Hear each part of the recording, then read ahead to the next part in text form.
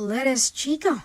May chismis rin si Direk. Ayon kay Direk Cathy, nung una pang makatrabaho ko ang Donbell, nahihiya pa sila sa akin noon na maglambingan, pero ngayon ay iba na. Wala na, kahit katabi na ako at kaharap, may sarili na silang mundo. Naghaharutan, nag-aasara, nagkukulitan, nagkikilitan, ang lalande. Pero masaya ako na makita silang ganoon. Sinasabihan ko nga ang dalawa, baka matulad din kayo sa Katnel ha, na pa-sweet-sweet ngayon pero hihiwalay din.